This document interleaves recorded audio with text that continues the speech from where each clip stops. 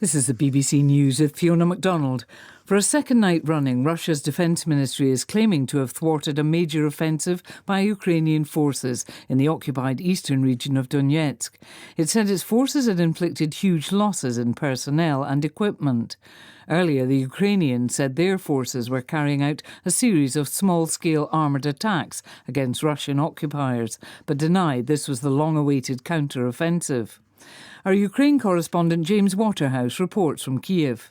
Even by the standards of claim and counterclaim by both sides, this isn't business as usual on the front line.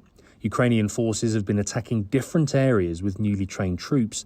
They claim to have made small gains in two areas. Russia says it's repelled major offensives in the Luhansk, Donetsk and Zaporizhzhia regions. When you look at the unusual level of military activity on the Ukrainian side, the heightened rhetoric and Russian forces being pulled in more directions, the evidence suggests Kiev is in the early stages of its anticipated counter-offensive. The White House has spoken of progress in opening up communications with China after a period of strained relations. The comments followed talks in Beijing by a senior US diplomat, described by the State Department as candid and productive. Among the issues raised were human rights in China and the situation in the Taiwan Straits. One of the most damaging spies in US history has been found dead in jail. Robert Hanssen, a former FBI agent, was sentenced in 2002 to life imprisonment for selling highly classified material, including nuclear secrets, to the Soviet Union and later Russia. Nomia Iqbal reports. Robert Hanssen joined the FBI in 1979 and 3 years in approached the former Soviet Union and began spying, selling thousands of classified documents. He had received more than $1.4 million in cash, diamonds and money paid into Russian accounts.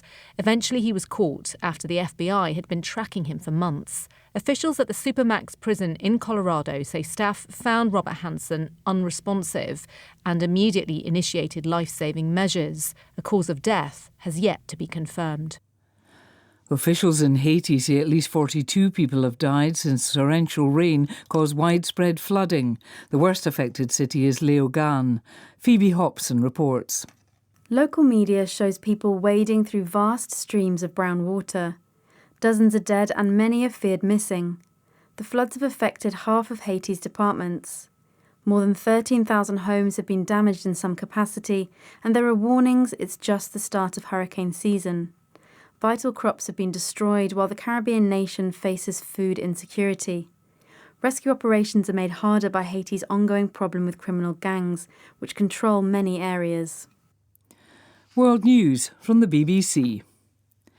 US regulators are suing the world's largest crypto exchange, Binance, and its creator, Changpeng Zhao, for operating what they call a web of deception.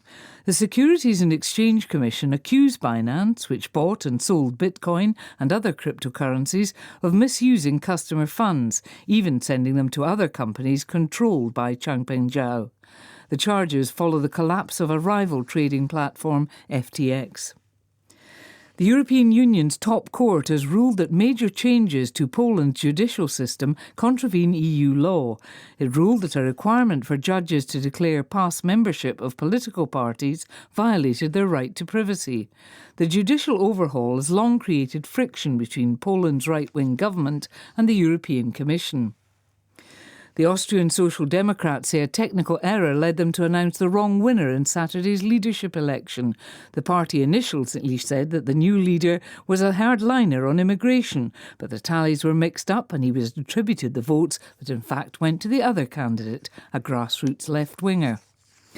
Qatar's Labour Minister has been appointed to head the International Labour Organisation's annual conference, despite concerns about working conditions in the Gulf state. The appointment of Ali bin Samiq Al Mari was proposed by Asian and Pacific nations. Here's Jessica McCallan. Qatar is no stranger to criticism about its labour rights. The issue came to prominence again last year in the run-up to it hosting the World Cup, when unions pointed out how many migrant labourers had been killed or injured building the tournament's infrastructure. So when Qatar was selected to head this year's ILO conference, some workers' rights groups asked that the move be put to a vote rather than approved by the traditional acclamation. In the end, a deal was reached, and unions have said that they will accept Mr. Al Mari's appointment.